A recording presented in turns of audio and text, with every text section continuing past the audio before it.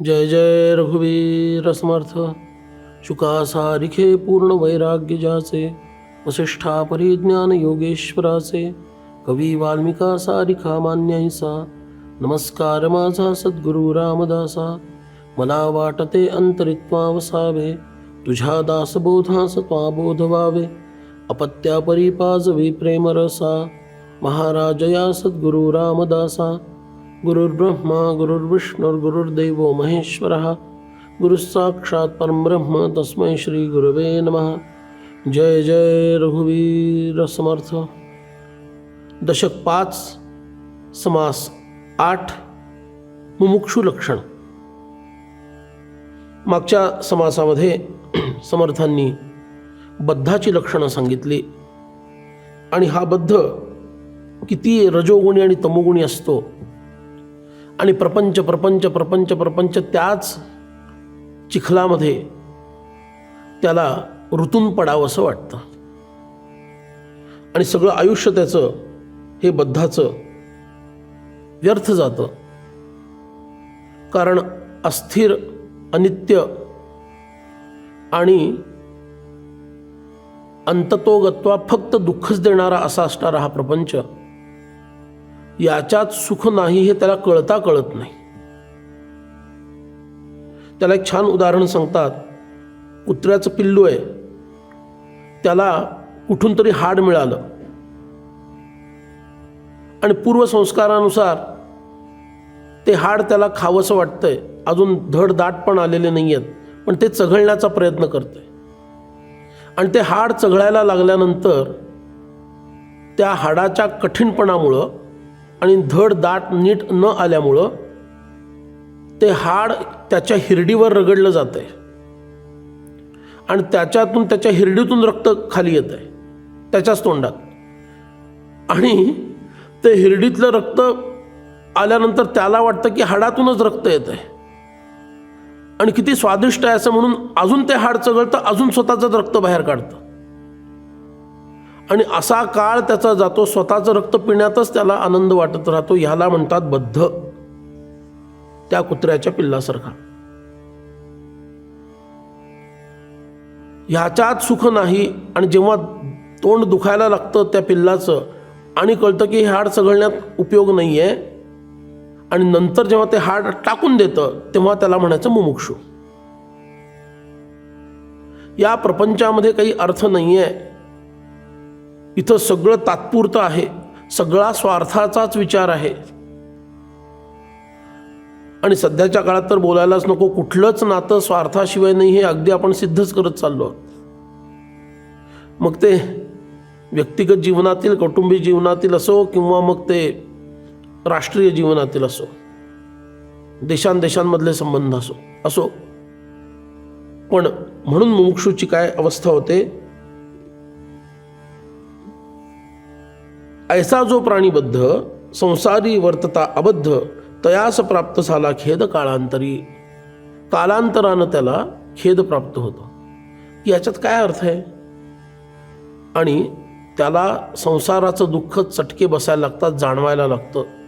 जो संसार दुःखे दुखावला, त्रिविध तापे पोळला, निरूपणी प्रस्तावला अंतर्यामी. त्याच्या सद्भाग्यानं त्याला सत्संग घडतो, कुठला तरी ग्रंथ त्याच्या हातात येतो, कुठलं तरी कीर्तन, प्रवचन, कथा ऐकण्याचा प्रसंग येतो. प्रपंचामध्ये काहीतरी आघात होतात, त्याचा अनुभव येतो आणि नंतर हा संसार हा असार आहे असं त्याला वाटायला लागतं. संसार हा असार आहे असं वयाच्या 70-80 नंतरही न वाटणारे सध्या भरपूर आहेत. काय बोलावं. मृत्यूशय्येवर पडलेल्या माणसाला सुद्धा वासना अजून हाक मारतात. त्या वासना भोगण्याची इच्छा निर्माण होते. भगवंताचं नाम काही त्याच्या मुखात येत नाही, भगवंताचं स्मरण काही त्याला होत नाही.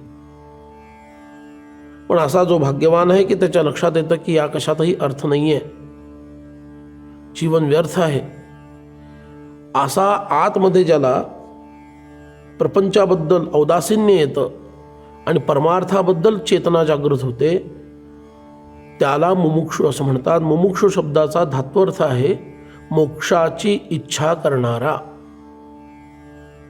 मोक्ष याचा अर्थ मुक्ती, सुटका. कुणापासून सुटका?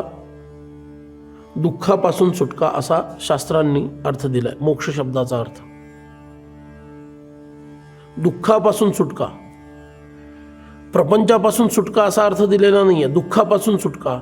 पण त्या दुःखाला कारणीभूत प्रपंच आहे म्हणून प्रपंचापासून सुटका असा त्याचा अर्थ घ्यायचा. मुळात दुःखापासून सुटका आहे. आता प्रपंचात राहून सुद्धा दुःखापासून सुटका करून घेता आली तर प्रपंचापासून सुटका म्हणण्याचं कारण राहत नाही. पण ते होत नाही, कारण तोच दुःख देणार आहे.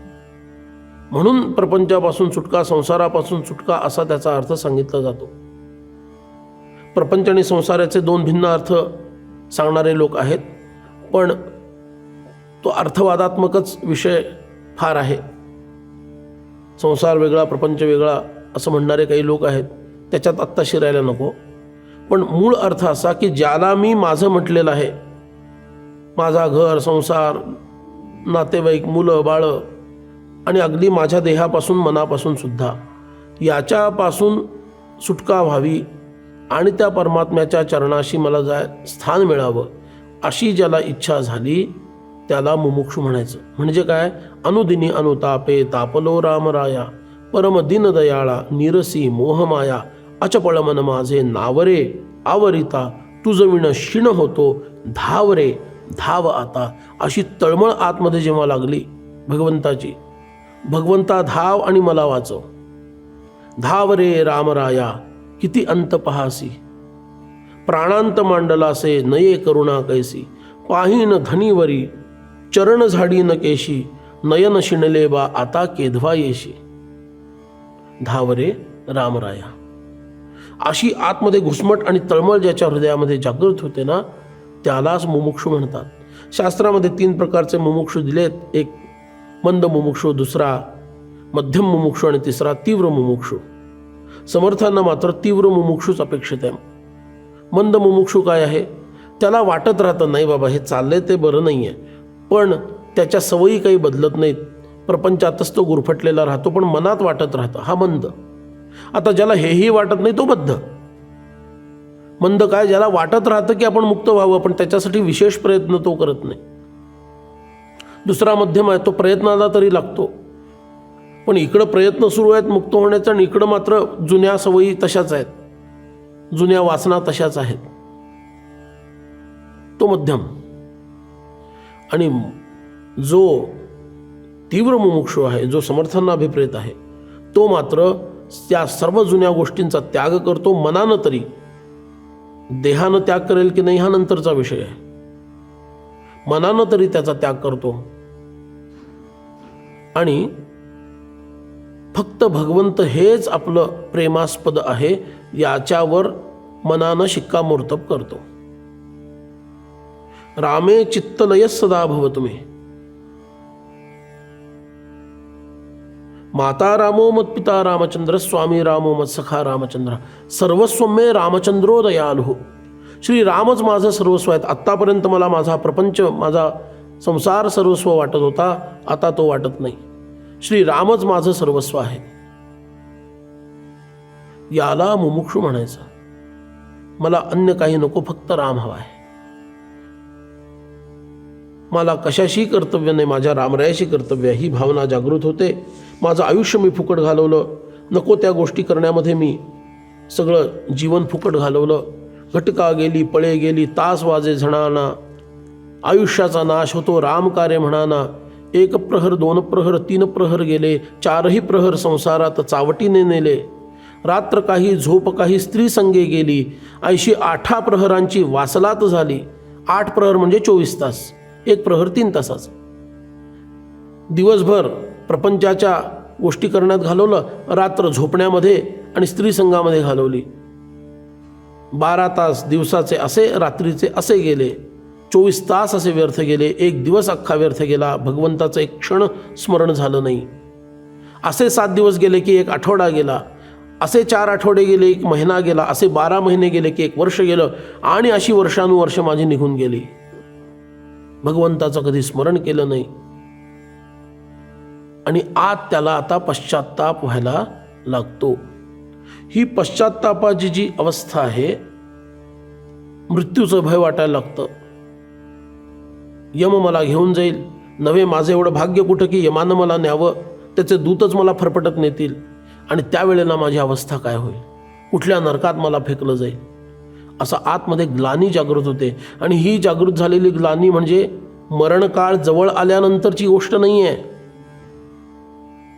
बऱ्यापैकी तरुण असताना किंवा फार तर प्रौढ अवस्थेत असताना त्याला हे जाणवायला लागलंय. हा मुमुक्षू आहे खरा.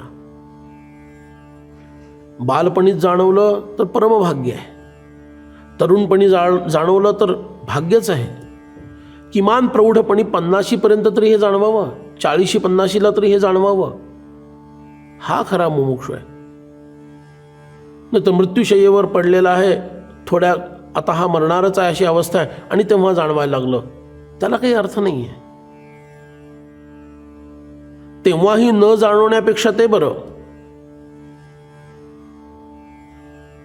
किमान त्याच्या मुखात भगवंताचं नाव तरी येण्याची शक्यता आहे त्या अवस्थेत. म्हणून मुमुक्षू हा काय आहे, त्याची मनोदशा बदललेली आहे. मी जे केलं ते चुकीचं केलं, आणि आता मात्र मला पुढं चांगलंच करायचं आहे, याच्याबद्दल त्याच्या मनामध्ये इतकी जागृती झाली आहे की त्याच्यासाठी तो कशाचाही त्याग करायला तयार आहे. जगामध्ये तुम्ही काय मिळवण्यासाठी काय त्यागायला तयार आहात याच्यावरून ठरतं की ती वस्तू तुमच्यासाठी किती महत्त्वाची आहे. म्हणून तो आता भगवत प्राप्तीसाठी काय वाटेल ते काय करायला तयार झालेला आहे.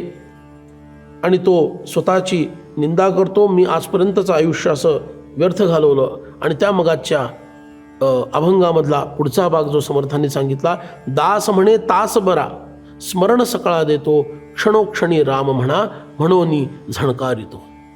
घटिका गेली पळे गेली, तास वाजे झणाणा, आयुष्याचा नाश होतो, राम कारे म्हणाना. आणि सतत त्याला भगवंताचं स्मरण व्हायला लागतं.